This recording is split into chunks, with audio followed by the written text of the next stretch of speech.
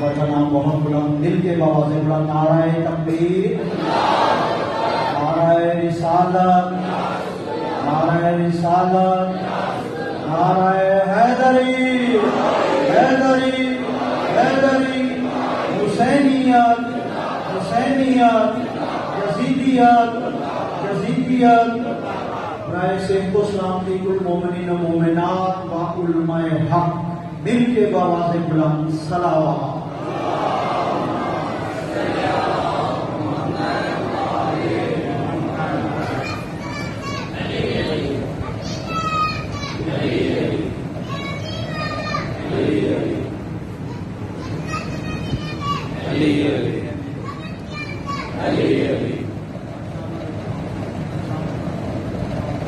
محمد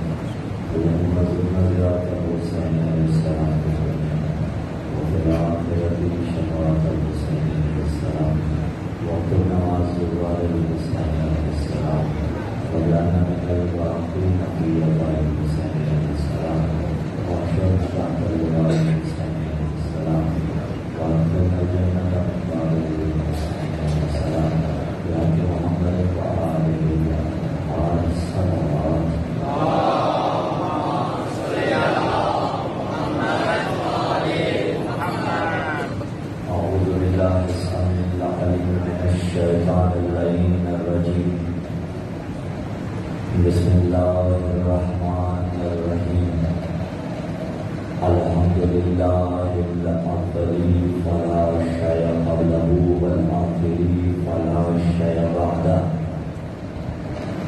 والظاهر فلا شيء فوقه والباطن فلا شيء دونه الحمد لله الذي نور قلوبنا بنور ولایة المعصومين عليهم السلام والصلاة والسلام على النبي الأمي العربي المنتهي الهاشمي القرشي المكي المدني شمس الضحى بدر الدجى صدر الهدى نور الهدى كهف الورى مصباح الظلم جميل الشيم شفيع الأمم صاحب الجود والكرم سید الثقلین نبی الحرمین امام القبلتین وسیلتنا فی الدارین محبوب رب المشرقین و رب المغربین جد الحسن والحسین ابی القاسم محمد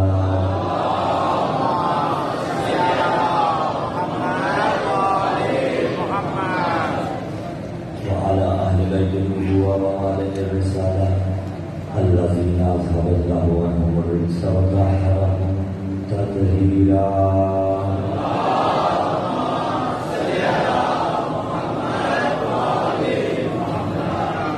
ولعنة الله على جميع أعدائهم ومقصر فضائلهم ومناقبهم وولايتهم وشجاعتهم من يوم إعمال رفعتهم إلى قيام يوم الدين أما بعد قال الله تعالى في كتاب الله الناطق بالقرآن الصادق والنور الصادق بسم الله الرحمن الرحيم يؤتي الحكمة من يشاء ومن يؤت الحكمة فقد أوتي خيرا كثيرا وما يذكر إلا أولو الألباب السلام على الحسين وعلى علي بن الحسين وعلى أولاد الحسين وعلى أصحاب الحسين خاندان اہل بیت علیہ السلام کی عظمتوں کے شایع نشان ہدیہ صلوات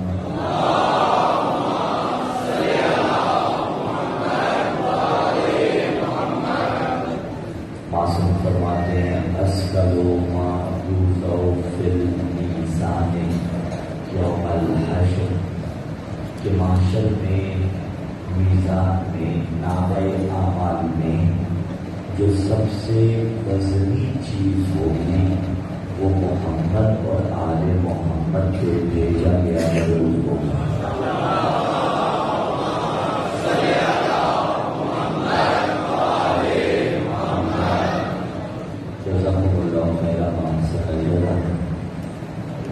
ابتدائے مجلس میں وسیلہ فاتح شان کی حضرت زینب صاحب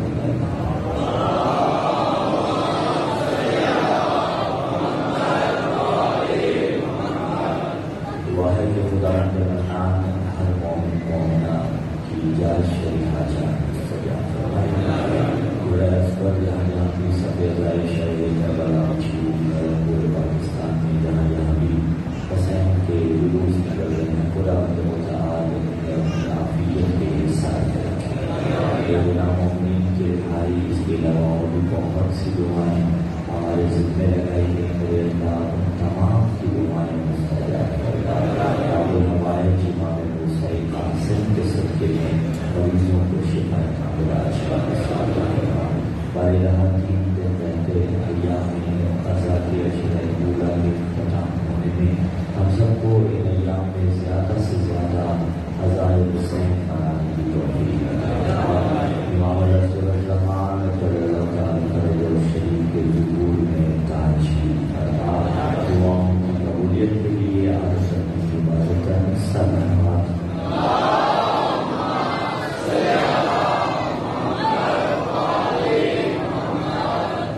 سامعین زیویدار موالیان حیدر ادارات محبان آل انتحار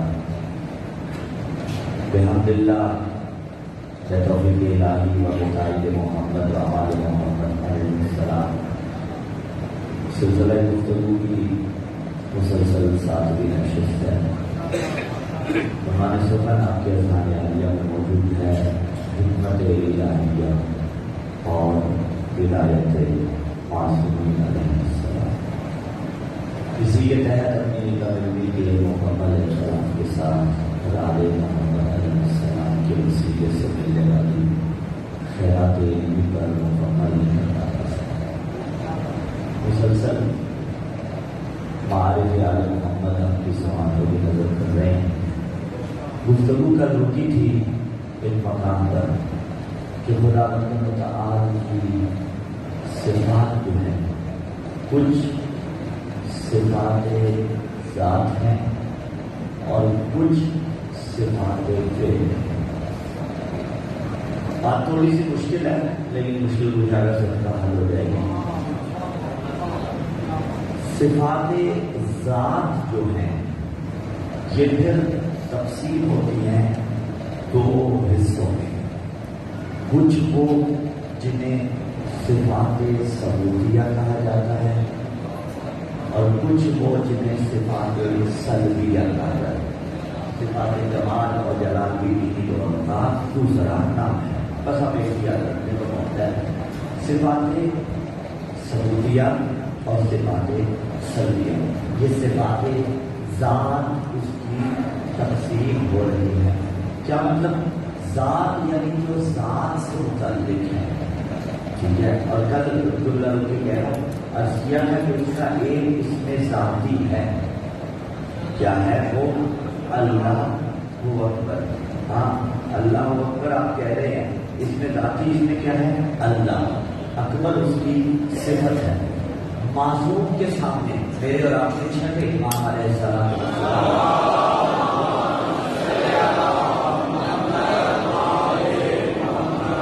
مولا کے سامنے ایک شخص نے کہا اللہ اکبر. مولا نے فرمایا معنی جانتے ہو؟ اس نے کہا مولا جی جانتا ہوں. فرمایا معنی کیا ہے؟ فرمایا اللہ اکبر من کل شیء. اللہ ہر چیز سے بڑا ہے. فرمایا کوئی چیز ایسی ہے جو اس کے مقابلے میں آ سکے جس سے وہ بڑا ہو؟ یہ معنی نہیں ہے اللہ اکبر کا کہ اللہ ہر چیز سے بڑا ہے. یہ معنی نہ درست ہے اور نہ سمجھ آتا اگر صادق آل محمد نے نہ بتایا ہوتا. مولا پھر آپ ہی بیان کر دیجئے کہ اللہ اکبر کا معنی کیا ہے. اللہ اکبر من کل شیء کے معنی درست نہیں ہے کہ اللہ ہر چیز سے بڑا ہے. کہا کیا معنی ہے مولا پھر آپ بیان فرما دیجیے. فرمایا اللہ اکبر من ان یوصف، اللہ اس چیز سے بلند ہے کہ اس کی تعریف کی جائے، یعنی وہ میرے وصف بیان کرنے کا محتاج نہیں ہے. میں اللہ اکبر کہوں وہ میرا محتاج نہیں ہے. اس میں ذاتی استاد اللہ ہے. کچھ اسماء اس کے وہ ہیں جو صفات ہیں. اسی طرح صفات ذات بھی ہیں، صفات فعل بھی ہیں. صفات ذات جو ذات سے متعلق ہے، نام سے ہی واضح ہے نا. اب اس میں دو طرح کی صفات ہیں. کچھ ثبوتیہ ہیں، یعنی جو اس کی ذات کے شایان شان ہے. معلوم نہ ہو تو میرا یہ والا نکاح بند کر پائے گا. اس کے پیچھے یہ کہ اندر میں چل رہے سلام پر محمد علی محمد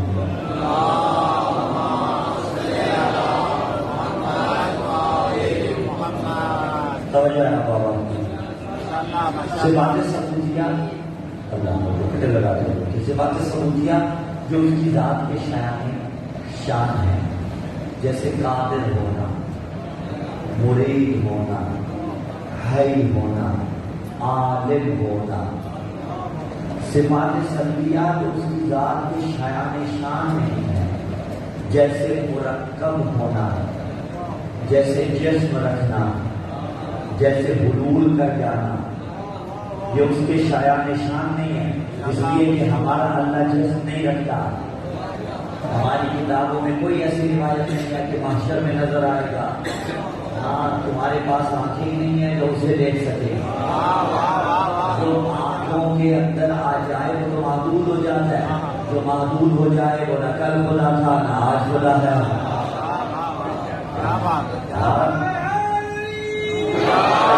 ہمارا خدا جسم نہیں رکھتا کہ اس کی آنکھیں ہوں، اس کے ہاتھ ہوں، اس کا چہرہ ہو، اس کی زبان ہو. نہیں، خدا ایسا ہے ہی نہیں. جسم خدا رکھتا ہی نہیں ہے. کچھ چہروں پہ شاید حیرانی کے آثار ہیں کہ مولانا کہا جسم خدا نہیں رکھتا. جی بالکل درست تھا. اللہ زبان نہیں رکھتا، اللہ لسان نہیں رکھتا، اللہ چہرہ نہیں رکھتا، اللہ ہاتھ نہیں رکھتا. جو آپ سوچ رہے ہیں نا وہیں پہ اللہ ہاتھ نہیں رکھتا، مگر علی ید اللہ ہے. اللہ زبان نہیں رکھتا لیکن علی لسان اللہ ہے. اللہ چہرہ نہیں رکھتا لیکن علی وجہ اللہ ہے. کیسے؟ اس کا یہ مطلب نہیں ہے کہ جسم ہے خدا کا بصورت علی. نہ، یہ توحید کے منافی ہے. یہ ہمارا عقیدہ توحید قتل نہیں ہے. ہم جو کہتے ہیں کہ علی وجہ اللہ ہے، اس کا یہ مطلب نہیں ہے کہ چہرہ علی علیہ السلام خدا کا چہرہ ہے، یعنی خدا حلول کر گیا ہے علی رضی اللہ علی کے جسم میں، علی کے چہرے میں. نہیں، حلول گئے ہم قائل ہی نہیں ہیں. حلول شرک ہے. حلول عقیدہ تشیع کے خلاف ہے. تو پھر کیا مطلب ہے کہ علی کے ہاتھ ید اللہ، علی کی آنکھیں عین اللہ. چلیے رسول اللہ کہہ دیتا ہوں، میرا نہیں ہے، حضرت عمر کا ہے. کہ جب حج کا موسم تھا ایک شخص کو دیکھا، اس کی آنکھ ایسے جیسے باہر نکل آئے گی، جیسے باہر نکل آئے گی. آنکھ اس کی ایسے کہ جیسے باہر نکل آئے گی. اسے بتایا، کہا تمہیں کیا ہوا؟ اس نے کہا وہ ابوالحسن نے مجھے تھپڑ مارا ہے. ہاں، ابوالحسن نے مجھے تھپڑ مارا ہے. کہا چلے علی آئیں گے تو علی سے پوچھ لیں گے، مصلحت بیان فرما دیجیے. جب علی علیہ السلام آئے، ایسے لگتا تھا آنکھ باہر نکلنے کے قریب ہے. جب علی علیہ السلام آئے تو علی سے پوچھا گیا، یا علی بیان فرما سکتے ہیں آپ نے اسے کیوں مارا؟ جملہ دیکھیے گا. کہا یہ شخص، یہ بدبخت شخص حج کے موسم میں مسلمان عورتوں کے خیموں میں دیکھ رہا تھا. اتنا کہنا تھا اس لیے میں نے اس کو مارا، یعنی مسلمان عورتوں کے خیموں میں دیکھ رہا تھا. اب اتنا کہنا تھا. مڑے حضرت عمر اور مڑ کے کہا میں کیا کروں؟ عین اللہ نے تجھے دیکھا ہے، ید اللہ نے تجھے مارا ہے. یعنی دیکھنے والی عین اللہ، مارنے والا ید اللہ. اب کیا کرے رضی اللہ.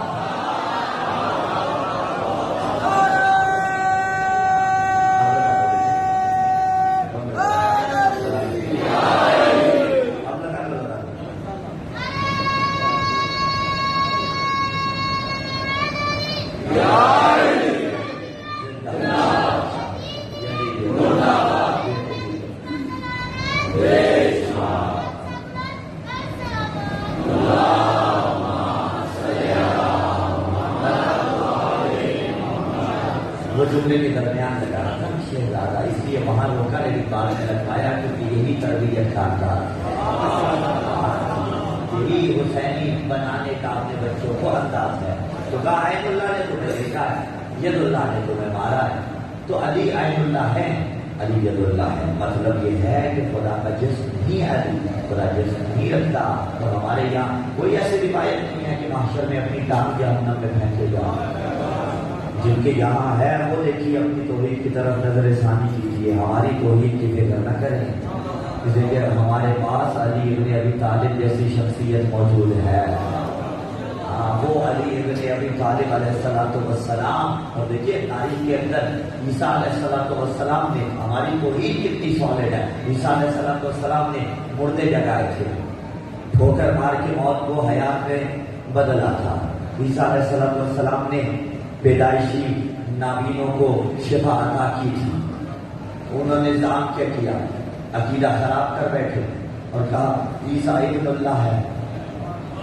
کیوں ابن اللہ کہا؟ مردے جگہ کے دیکھا۔ کیوں ابن اللہ کہا؟ مریضوں کو شفا عطا کرتے دیکھا۔ کیوں ابن اللہ کہا؟ برس کے مریضوں کو، لا علاج مریضوں کو علاج کرتے دیکھا۔ جاؤ ہمارے عقیدہ توحید کے حوصلے کی داد تو، ہمارے عقیدہ توحید کی پختگی کی داد تو۔ انہوں نے عیسیٰ کو مردے جگاتے دیکھا تھا اور کہا ابن اللہ ہے۔ ہم نے علی کو مردے جگاتے بھی دیکھا، ہم نے علی کو سورج پلٹاتے بھی دیکھا، ہم نے علی کو مریضوں کو شفا عطا کرتے بھی دیکھا۔ اس کے باوجود بھی علی اللہ کا نعرہ نہیں لگایا، علی ولی اللہ کا نعرہ لگایا۔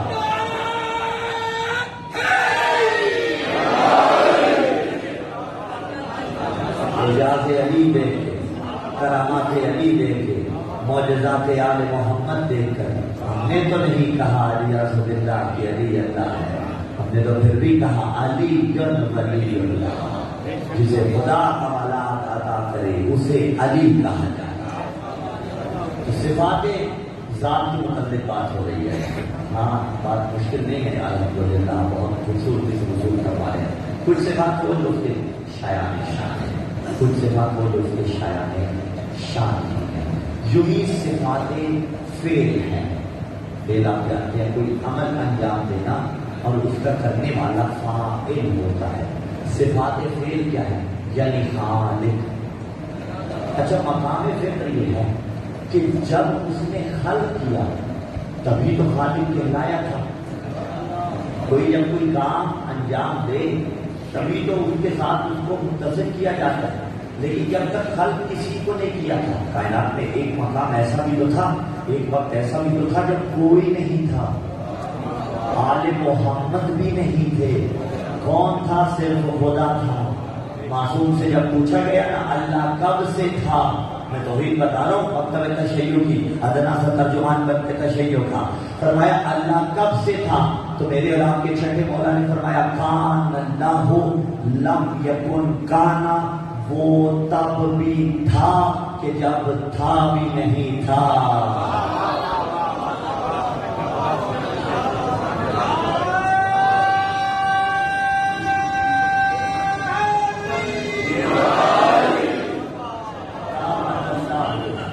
لم یکن کانا، وہ تب بھی تھا جب تھا بھی نہیں تھا۔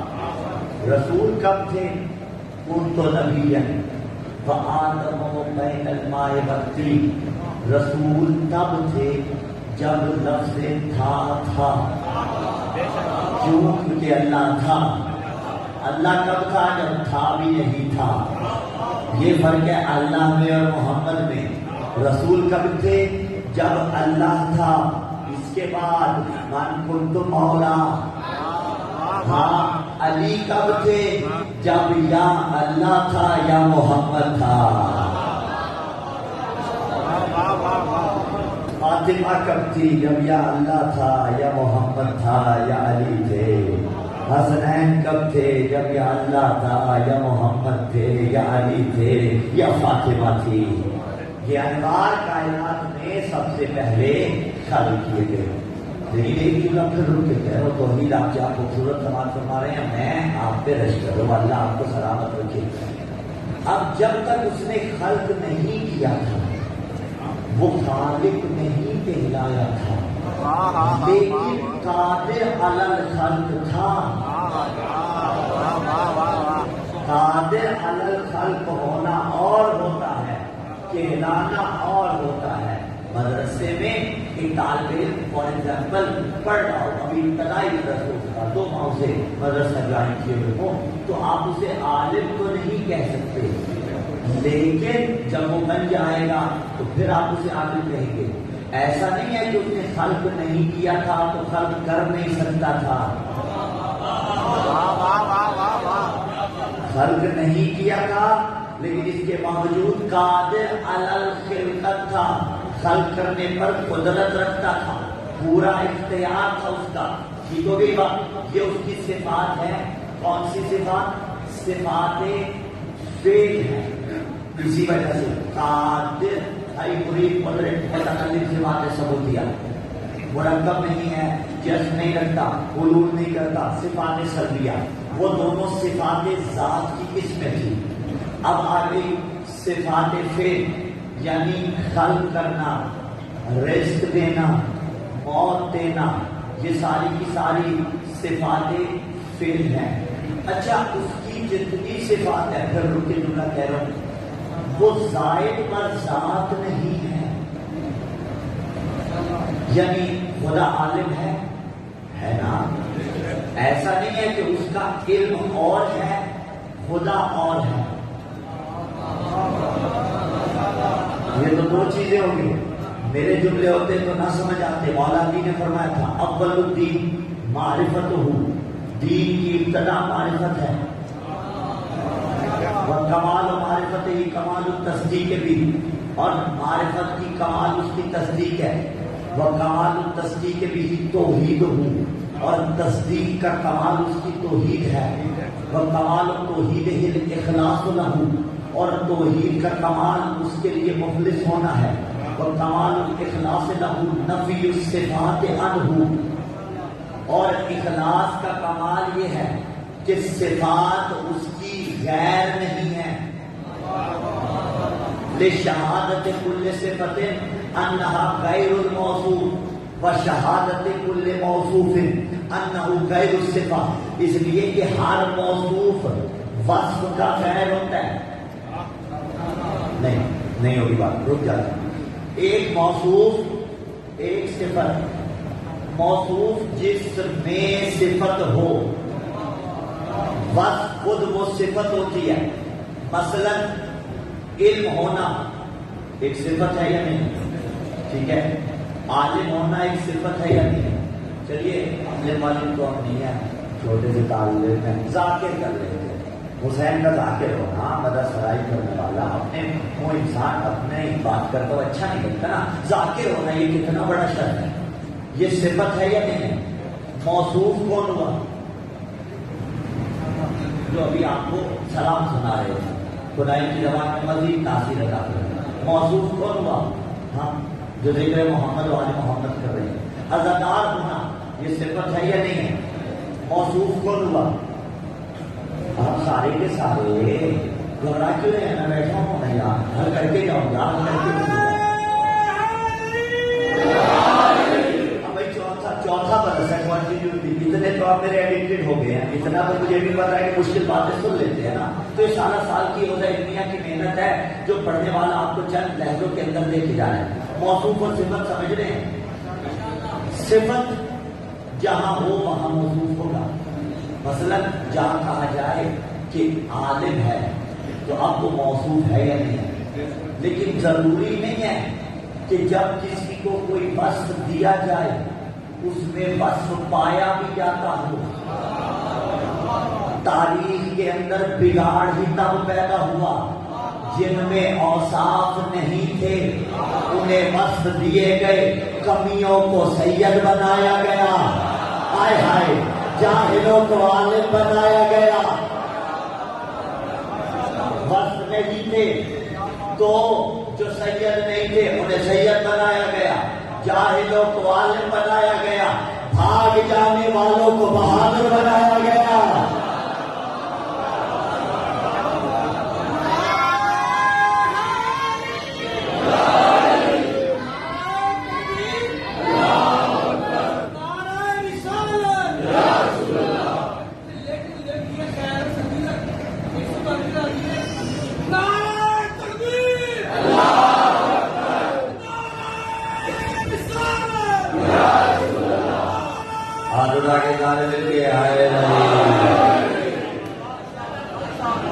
تاریخ کا بگاڑ ہی اٹھنے والا تب پیدا ہوا ہے.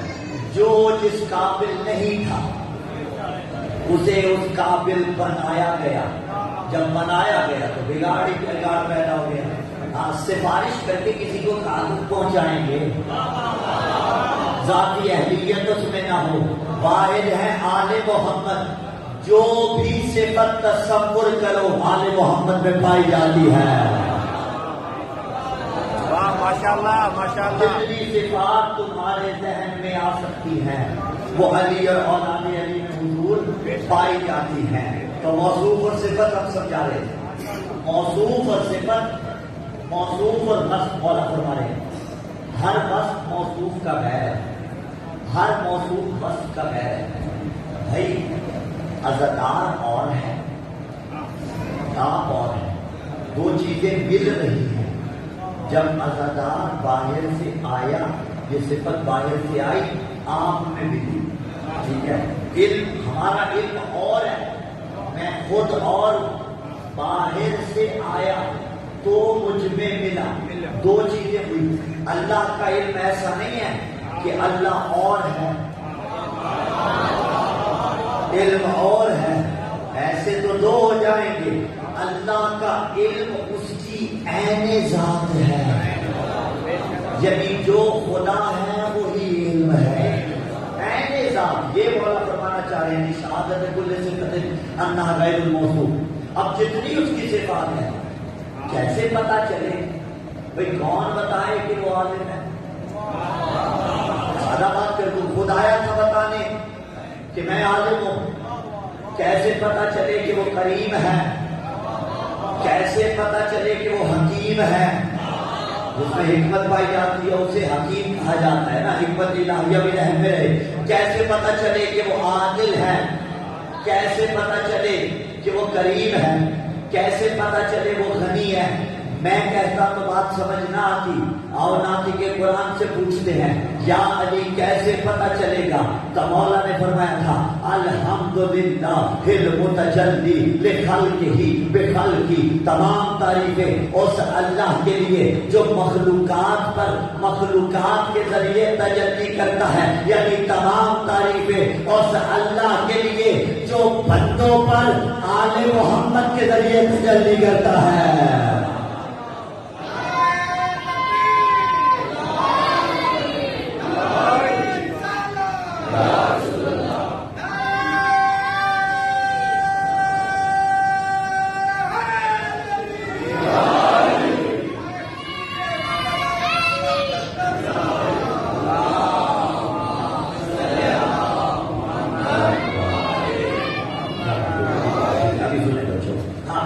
الحمدللہ المتجلی لخلقہ بخلقہ.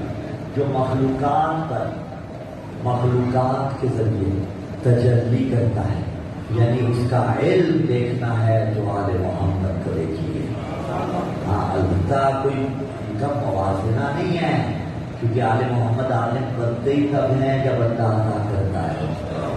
اللہ کا ذاتی ہے، آل محمد کا عطائی ہے، اور اس عطا میں سے وہ ہمیں عطا کرتے ہیں. توحید خدا کو سمجھیے، توحید پہ غور کیجیے، توجہ دیجیے توحید پہ. اللہ رب العزت آپ کو سلامت رکھے.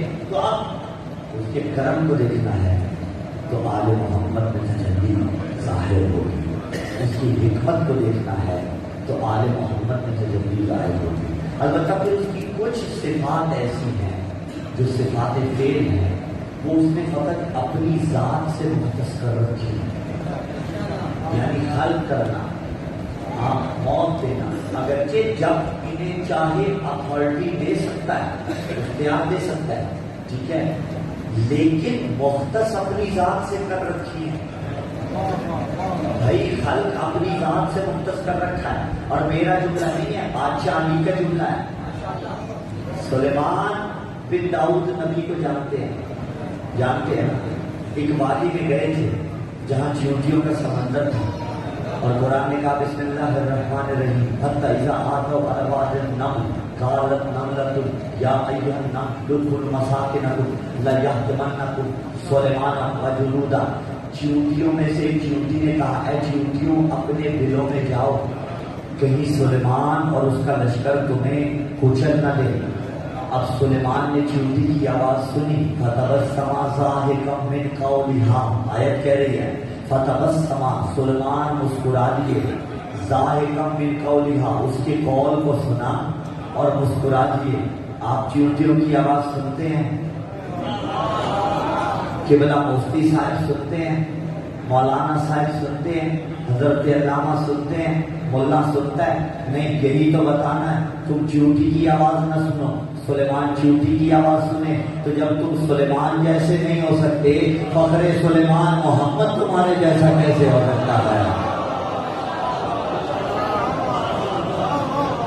یہ آواز تو تمہیں نہیں آتی۔ سلیمان نے سنی، فتبسم ضاحکا من قولها، سلیمان مسکرا دیے۔ جب بات سلیمان کی ہے، فخر سلیمان کا بھی تذکرہ میں بتا رہا ہوں، حل کرنا اس نے اپنے ساتھ مختص کیا ہے۔ علی کے ساتھ سے دو طرح سے روایت آئی ہے، ہمارے یاسر سے بھی ہے اور ایک ترک سے بھی آئی ہے، میں ایک طرح سے پڑھ دیتا ہوں۔ علی کے ساتھ تھے، علی ایسی وادی میں داخل ہوئے جہاں چیونٹیوں کا سمندر تھا۔ ایک صحابی نے بڑھ کے کہا سبحانہ من یعلم عدد ھذا النمل، پاک ہے وہ اللہ جو ان چیونٹیوں کی تعداد کو جانتا ہے۔ علی نے فرمایا ایسے نہیں کہو بلکہ کہو سبحانہ من خلق ھذا النمل، یا سبحانہ من یخلق ھذا النمل، پاک ہے وہ اللہ جو ان چیونٹیوں کا خالق ہے۔ انہوں نے کہا مولا تعداد کو جانتے ہیں؟ علی نے فرمایا تعداد کی بات کرتے ہو، ان میں نر کتنے ہیں علی یہ بھی جانتا ہے، ان میں مادہ کتنے علی یہ بھی جانتا ہے۔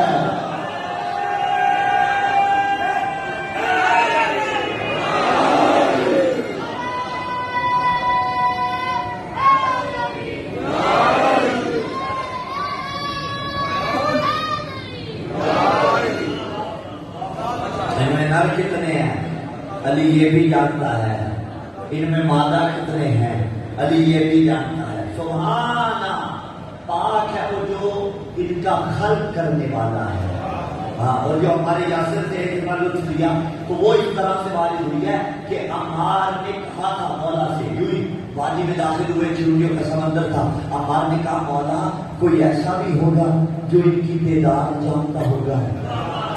ہائے ہائے، پہلو میں علی تھے، عمار پھر پوچھ رہے ہیں۔ مجھے تو یہی سمجھ میں آتا ہے معرفت تھی، پوچھا اس لیے تاکہ علی مسجد والے لطف لے سکے، 1400 سال بعد ولایت والوں کو لطف آ سکے۔ عمار نے کہا مولا کوئی ایسا بھی ہے جو ان کی تعداد کو جانتا ہے؟ علی نے فرمایا عمار تعداد کی بات کرتے ہو، اپنے الفاظ میں تو گویا کہ مال کمال کرتا ہے، تعداد تو تعداد، ان کے مادہ کتنے ہیں میں یہ بھی جانتا ہوں، ان میں نر کتنے ہیں میں یہ بھی جانتا ہوں۔ عمار تجھے نہیں پتا وَكُلَّ شَيْءٍ أَحْصَيْنَاهُ فِي إِمَامٍ مُبِينٍ، اللہ نے ہر چیز کو امام مبین میں رکھ دیا ہے، اور وہ امام مبین میں علی ابن ابی طالب۔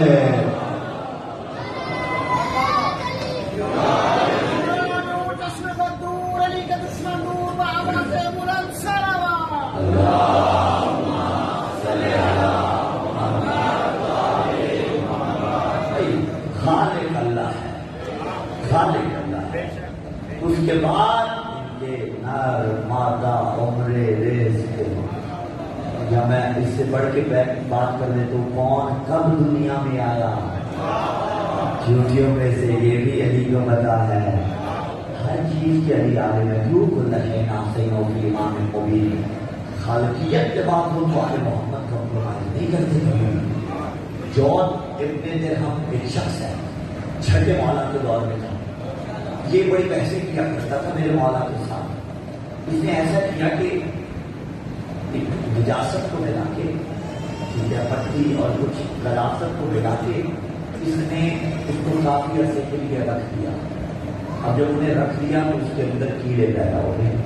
اب جب کیڑے پیدا ہو گئے تو اس نے کہا ان کیڑوں کا خالق میں ہوں، ان کیڑوں کا خالق میں ہوں۔ اچھا ناقص کا کیڑا وہ پیچھے چل پڑے، یہ اس کا خالق ہے۔ چھٹے امام تک بات پہنچی کہ ماجرا یہ ہے، مولا خود چل کے اس کے پاس گئے ہیں، سمجھ رہے ہیں؟ توحید بچانے کے لیے آل محمد جو کسی کے دروازے پہ نہیں جاتے تھے، توحید بچانے کے لیے مولا کو چلتے اس کے پاس گئے. مولا نے کہا میں نے سنا ہے تو خالق والے کیا ہے؟ ہاں میں نے سنا ہے کہ تو خالق کیا؟ انہوں نے کہا ہاں ہاں میں خالق ہوں. کیا خلق کیا ہے؟ دیکھا اپنے میں پیش کر ہے نا واقعہ. کیا خلق کیا ہے بتا؟ وہ دیکھا میں نے ان کیڑوں کو خلق کیا ہے. پر میں ٹھیک ہے خالق ہو؟ اجی خالق ہوں. سوچ کے نہیں تول کے بولیے گا جملے معصوم ہوتے ہیں. کہا خالق ہو اور ویسے بھی اب کنٹینیوسلی سفر کر کے پڑھ کے بہرحال انسان ہے ہم بھی کس نہج پہ پڑھ سکتے ہیں. تو اب جملے میں وزن ہے، زور بے شک نہ لگایا ہو میں نے اگلے جملے میں وزن ہوگا. کہا تو ہے خالق؟ بولے گا جی میں خالق ہوں. کہا پھر سوچ لو تم ہو خالق؟ بولے گا جی میں خالق ہوں. کہا چلو اتنا بتا دو ان میں نر کتنے ہیں اور مادہ کتنے ہیں؟ یہ تو نہیں بتا سکتا. کہا چلو ان کی عمریں بتا دو. کہا یہ بھی نہیں بتا سکتا. کہا نہیں بتا سکتے پھر خالق کیسے ہو؟ فرمایا میں ان کی عمریں بھی جانتا ہوں، ان کے نر بھی جانتا ہوں، ان کے مادہ بھی جانتا ہوں. اس کے باوجود بھی میں خالق نہیں ہوں. اپنے لفظوں میں پیش کر رہا ہوں. کہا میں عمریں بھی جانتا ہوں، میں نر بھی جانتا ہوں، میں مادہ بھی جانتا ہوں. اس کے باوجود بھی میں خالق نہیں ہوں. تو خدا کیسے ہے؟ تو کیسے ہے؟ میرا اختیار دیکھنا چاہتا ہے. مولا نے فرمایا اب مولا نے اشارہ کیا. جو ہی اشارہ کیا مشرق والے مغرب میں گئے، مغرب والے مشرق میں گئے، دائیں والے بائیں مڑ گئے، بائیں والے دائیں مڑ گئے. یعنی مولا بتا رہے تھے اتنے اختیار کے باوجود بھی ہم خالق نہیں ہیں. میں رک کے جملہ کہوں گا مولا کیڑوں کا رخ موڑنا کون سی بڑی بات ہے؟ اس لیے کہ جن کے جد مغرب والے سورج کو مشرق میں پلٹاتا ہو وہ کیڑوں کے رخ موڑ دے تو کون سی بڑی بات ہے؟ سمجھیے ایک بات کو کہ خالقیت اسی کے ساتھ مختص ہے. کسی کو اس نے اتھارٹی نہیں دی ہے کہ وہ خلق کرے. اگر چاہے تو کر سکتے ہیں. عیسیٰ کو دی تھی، بِإِذْنِ اللَّهِ دی تھی. چاہے تو کر سکتے ہیں لیکن کرتے نہیں ہیں. اسی کا نام ولایت تقوینیہ معصومین ہے. ہاں اس نے اختیار یہ آل محمد علیہ السلام کو دے رکھا ہے، لیکن وہ اختیار کو استعمال کہاں کرتے ہیں کہاں نہیں کرتے یہ خدا ہے. ہاں مولا نے کہا میں خالق ہوں. اور آج دیکھ لیجیے آج بھی اپنی آئی ہے. لوگ اس کے پیچھے چل پڑے تھے جس نے کچھ کیڑوں کو بنایا تھا. آج بھی چھٹے مولا کو چھوڑ کے استاد کو چھوڑ کے شاگردوں کے پاس ہیں. بھائی کہا تھا کہ لولا سنتان لہلک نوعان. امام ابو حنیفہ شاگرد ہیں جس کے صادق آل محمد کے. تو پھر بحث کیا ہے؟ ملکی طور پہ یہ تو تسلیم کر لیجیے کہ آپ کا مکتب شاگردوں کا مکتب ہے، ہمارا مکتب استادوں کا مکتب ہے. بھائی استاد کے شاگرد ہے نا، استاد کے شاگرد ہے. اور نعمان بن ثابت نے کہا لولا سنتان لہلک نعمان. اگر 2 سال نہ ہوتے میں ہلاک ہو جاتا. میں نے کہا نئی بات نہیں ہے، بزرگوں کی سنت پہ عمل کر رہے تھے. کیونکہ کہا تھا لولا علی لہلک فلاں. اگر علی نہ ہوتے میں ہلاک ہو جاتا. تو اس میں جھگڑنے کی تو بات ہی نہیں ہے. ہلاک ہونے والے اور ہوتے ہیں، ہلاکت سے بچانے والے اور ہوتے ہیں. آپ نے ان کو مانا جو ہلاکت سے بچنے والے تھے، ہم نے ان کو مانا جو ہلاکت سے بچانے والے تھے.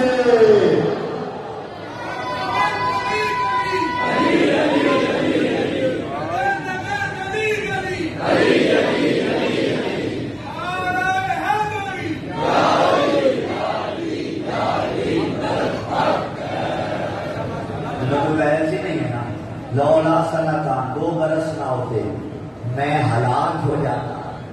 لولا علی، اگر علی نہ ہوتے میں ہلاک ہو جاتا. کس کے پیچھے جانا ہے؟ ہاں، اور یہی حضرت آئے چھٹے مولا کی خدمت میں تو دیکھا مولا کے ہاتھ میں ایک عصا ہے. مولا کے ہاتھ میں ایک عصا ہے. کہا مولا کتنی عمر ہے آپ کی جو عصا لیے بیٹھے ہیں؟ مولا نے کہا نہیں، یہ عصائے رسول ہے. بھائی آل محمد کا ایک سے تعلق ہی نہیں ہے. یہاں چھوٹے ہوں تو بھی باکمال ہوتے ہیں، بڑے ہوں تو بھی باکمال ہوتے ہیں. اس نے کہا عمر کتنی ہے؟ کہا تعلق نہیں ہے ایج سے. کہا کتنی عمر ہے؟ کہا تعلق نہیں ہے عمر کے ساتھ، تعلق نہیں ہے ایج کے ساتھ. ایج کی بات کیا کرتے ہو؟ یہ اپنے لفظوں میں پیش کرو نا. کیوں؟ اس نے کہا تھا عصا لیا ہوا ہے. مولا نے کہا یہ عصائے رسول ہے. اتنا کہنا تھا. حضرت آگے بڑھے، اسے بوسہ دے. مولا نے عبا میں چھپایا. اب یہاں پہ رک کے کہنا دینا کہ آج محمد کی چیزوں کو بوسہ دینا جائز نہیں، جائز ہے. اور کے لیے جو قابل ہو اس نے بوسہ دینا چاہا، مولا نے چھپایا. اس نے دینا چاہا، مولا نے چھپایا. کیوں؟ مولا نے فرمایا یہ عصائے رسول ہے، میں جان رسول ہوں.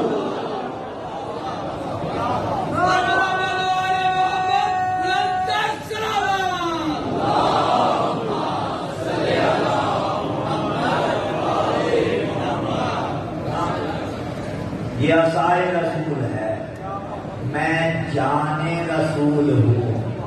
کیا مطلب؟ گویا اگر چومنا ہے تو مجھے چوم، مجھے چھوڑ کے عصا کو چومنا کیا معنی رکھتا ہے؟ پتہ چلا آل محمد سے منسوب چیزوں کو چومنا ہے تو پہلے انہیں ماننا پڑے گا. اس لیے ہم چومتے ہیں علم کو، اس لیے ہم چومتے ہیں شبیہات کو کہ ہم انہیں کما حقہ مان رہے ہیں. اسی لیے تو کہا کہ منہ مبارک کے دکھانے والے. منہ کہتے ہیں بال کو، یہ منہ مبارک کے دکھانے والے ہوں گے. نبی کے ذریعے تحقیق کر لیجیے، یا نہیں ہوں گے ہمیں اس کا نہیں پتا. ہو تو ہم بھی چومنے کے لیے تیار ہے. لیکن یہ منہ مبارک کے دکھانے والے آل کو چھوڑ دیا، بال لیے پھرتے ہیں.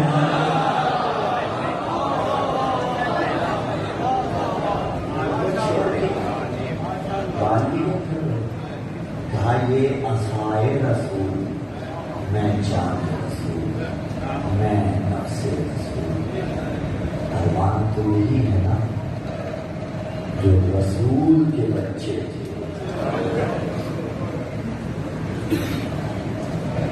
جو رسول کی اولاد تھی، انہیں ایسے ذبح کیا گیا. حضرات ایک جملہ کہیں، کسی نبی کے بیٹوں کو ایسے قتل نہیں کیا گیا جیسے رسول کے بیٹوں کو کربلا میں قتل کیا گیا. اور صرف کربلا میں کبھی زہر دے کے قتل کیا گیا، کبھی تلوار سے شہید کیا گیا. حسن کو مدینے میں زہر دی گئی، حسین کو کربلا میں مارا گیا. وہ حسن کہ جس کے یتیم کے ساتھ آج کا دن مقصود ہے. قاسم بن حسن مجتبی، دونوں نے جان نثار کی. فرق یہ ہے حسن کے جگر کے ٹکڑے ہوئے تھے، قاسم کی لاش کے ٹکڑے ہوئے تھے. حاضرانو آخری وقت ہے میرے مولا حسن مجتبیٰ علیہ السلام کا جگر کے ٹکڑے پہنا زینب ایک طرف، بھیا حسین ایک طرف، درمیان میں حسن جیسا بھائی ہے اور جگر کے ٹکڑے کٹ کٹ کے دشت میں آ رہے ہیں۔ عجیب مقدر ہے زینب کا، آج ایک بھائی کے جگر کے ٹکڑے دیکھے، کل کربلا میں 70 قدم پہ کھڑی حسین۔ لیکن ایسے وقت میں بھی حسین علیہ السلام پاس ہیں، بیوی زینب پاس ہیں۔ امام حسن نے بیوی ام فروا کو بلایا، اشارے کے ساتھ بلایا اور ہزاروں ایک وصیت کی جو بصورت تعویذ کہا جاتا ہے، بصورت تحریر کہا جاتا ہے۔ تحریر وہی تعویذ، تعویذ وہی تحریر، وہی وصیت۔ وہ وصیت کر کے یہ کہا کہ دیکھو جب قاسم بڑا ہو جائے نا، تب اگر کوئی پریشانی آ جائے اسے کھول کے پڑھ لینا۔ حضرات جب کربلا میں بی بی ام لیلا آئی ہے، بی بی ام رباب آئی ہے، تو ان کے آنے کا انداز اور تھا، اس لیے کہ یہ دونوں بیوہ نہیں تھی۔ لیکن جب فروا آئی ہے بیوہ تھی، کوئی 12 سال ہو چکے بی بی فروا کو بیوہ ہوئے اور اللہ نہ کرے کوئی بہن کوئی عورت جوانی میں بیوہ ہو جائے نا اور اس کا بچہ بھی موجود ہو، پھر اس کی ساری خواہشات کا مرکز یہ بچہ ہوتا ہے کہ میرا یہ بیٹا جوان ہوگا، میں اپنے ارمان پورے کروں گی۔ یہ اپنے بابا کی شبیہ ہے، وہ اسے دیکھ دیکھ کے جیتی رہتی ہے، اسے دیکھ دیکھ کے اس کے بابا کو یاد کرتی ہے۔ اللہ اطمینان سے، حوصلے سے، ہاں آزادارو، بس قاسم جوان ہو رہے تھے، قاسم کا سن آگے بڑھ رہا تھا، نوجوانی میں قاسم والد ہوئے، کربلا کا میدان آ گیا۔ حضراتوں کوئی 13 برس قریب قاسم کی عمر تھی، میدان کربلا آ گیا۔ حضراتوں اب کس عالم میں بھی ام فروا آئی ہے، اس لیے آئی ہے کہ حسین پہ قاسم قربان کروں گی، لیکن حسین کے پاس یتیم تھے، یتیم تھا۔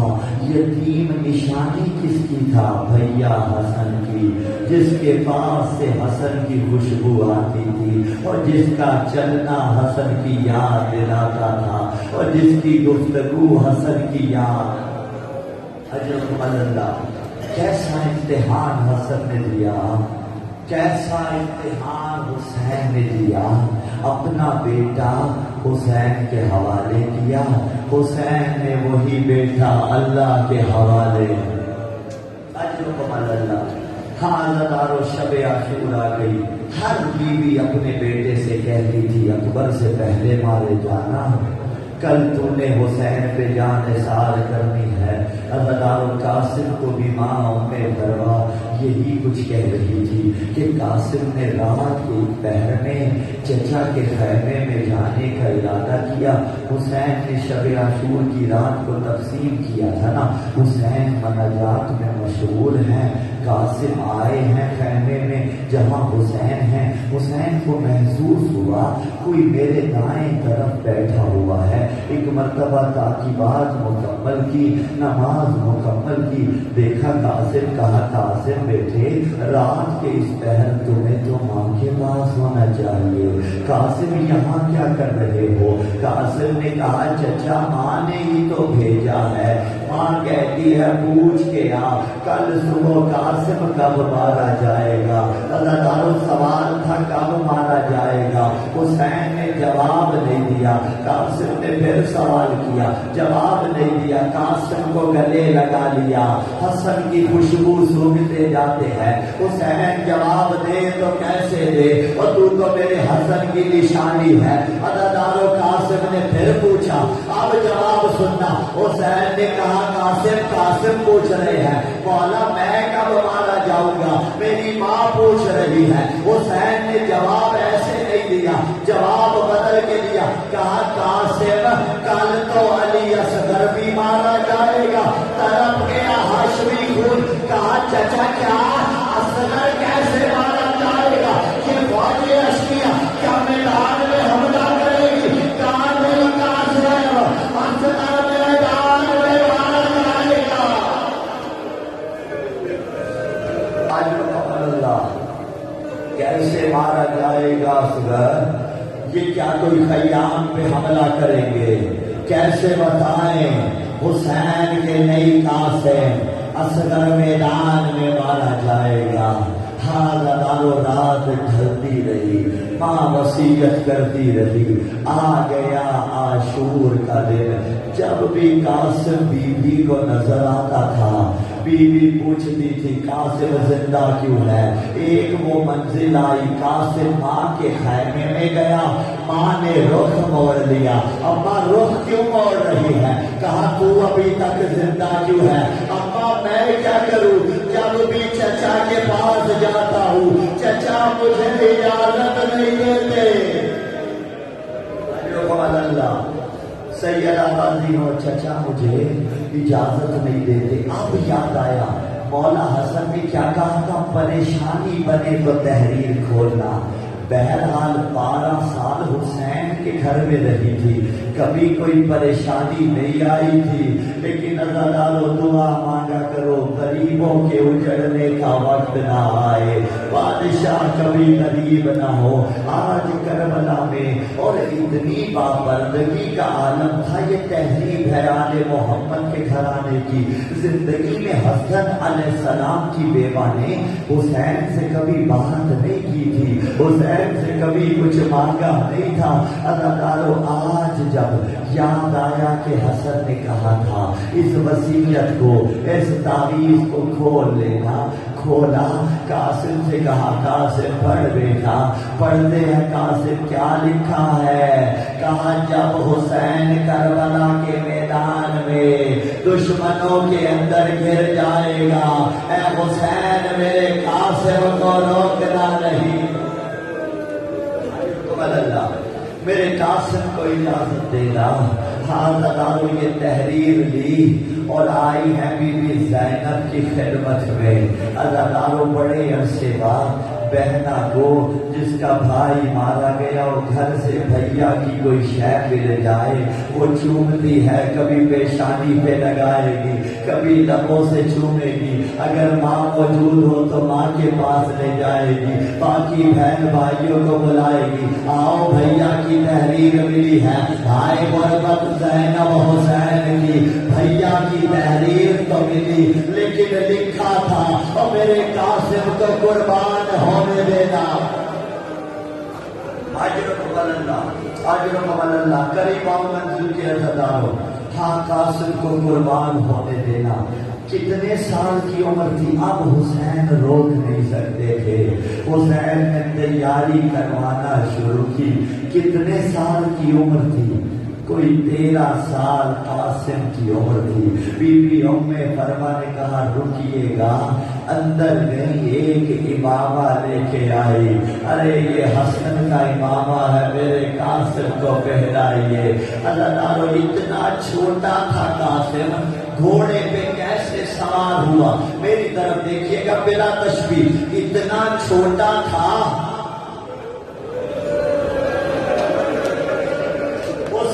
نے اٹھا کے قاسم کو گھوڑے پہ سوار کیا، اداروں میدان میں آیا، ادرک پہلوان کے ساتھ بیٹوں کو فنار کیا۔ اب یہ لعین خود آیا، اسے بھی واصل جہنم کیا، لیکن اداروں اب کئی ہزار کے لشکر نے مل کے حملہ کیا۔ قاسم کیا کرتا؟ زین پہ سنبھلا نہیں گیا، ایک مرتبہ صدا دی یا اللہ اور چچا قاسم کی مدد کو آؤ، چچا قاسم کی مدد کو آؤ۔ ادارو وہ جو علی اکبر کے لاشے پہ کبھی گر کے گیا، کبھی سنبھل کے گیا، جب یتیم بھتیجے نے صدا دی، حسین ایسے گئے جیسے عقاب اپنے شکار پہ جاتا ہے، بڑی تیزی سے گئے ہیں، قاسم کے لاشے پہ آئے ہیں، ابھی قاسم کی جان باقی تھی، عزادار حسین نے لشکر پہ حملہ کیا، بس مولا نے جو لشکر پہ حملہ کیا، ارے دائیں والا لشکر بائیں کو گیا، بائیں والا لشکر دائیں کو گیا، حسین کے حملے کے نتیجے میں جو لشکر بھاگا، ارے قاسم گھوڑے کی صبح ہے تابار ہوتا،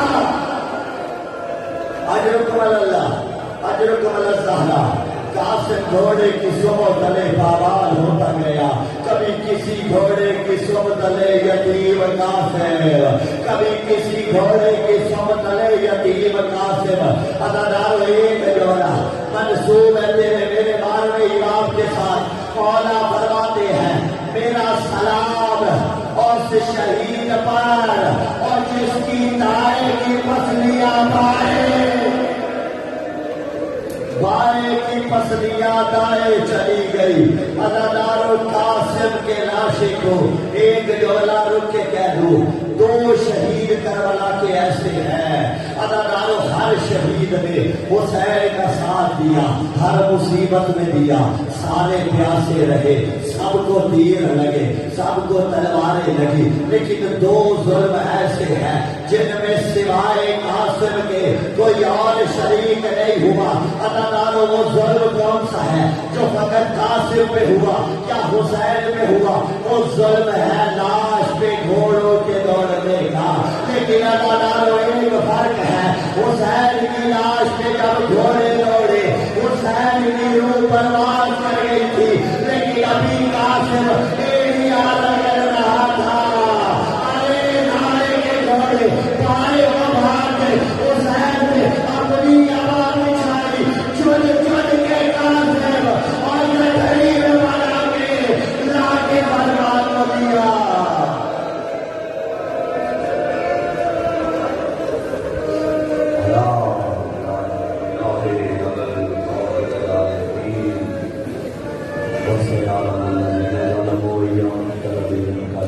ماتم قاسم